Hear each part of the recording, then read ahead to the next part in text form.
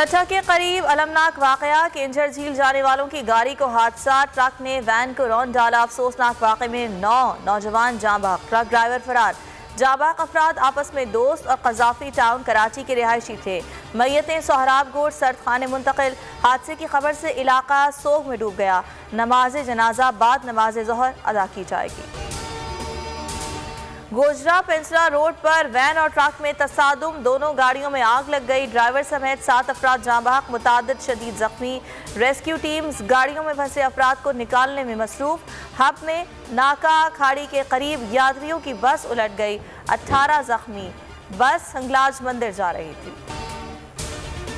मुल्क में बैक वक्त इंतखाबात, सुप्रीम कोर्ट की हुकूमत और PTI को मुज़ाकरात के लिए दी गई मोहलत का आज आखिरी रोज। हुक्मरान इत्तेहाद में इत्तेफाक न हो सका।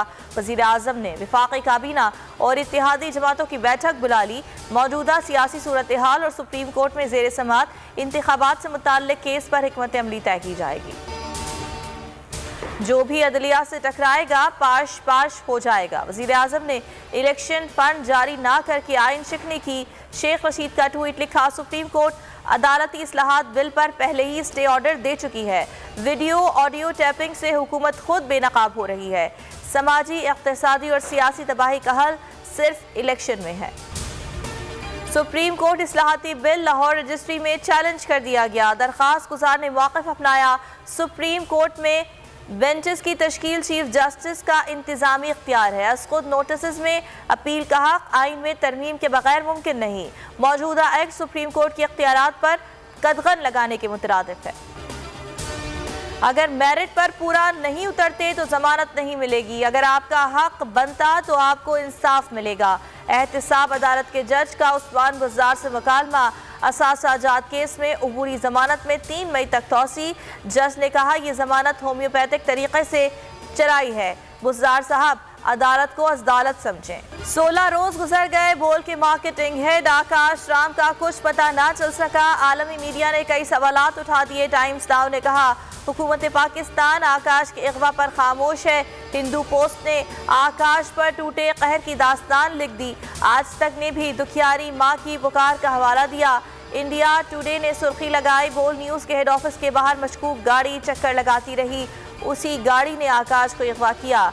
न्यूज़ 18 ने लिखा आकाश की माँ बेटे की बाजियाबी के लिए दुहाइयाँ दे रही है लेकिन कोई सुनवाई नहीं।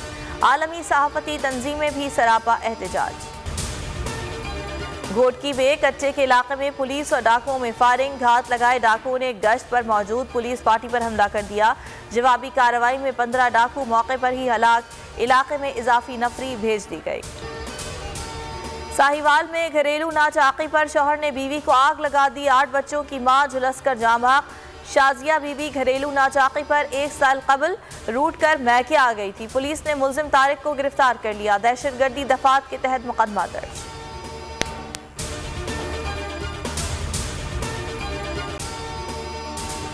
अगर आपको ये वीडियो पसंद आई तो लाइक पर क्लिक करें।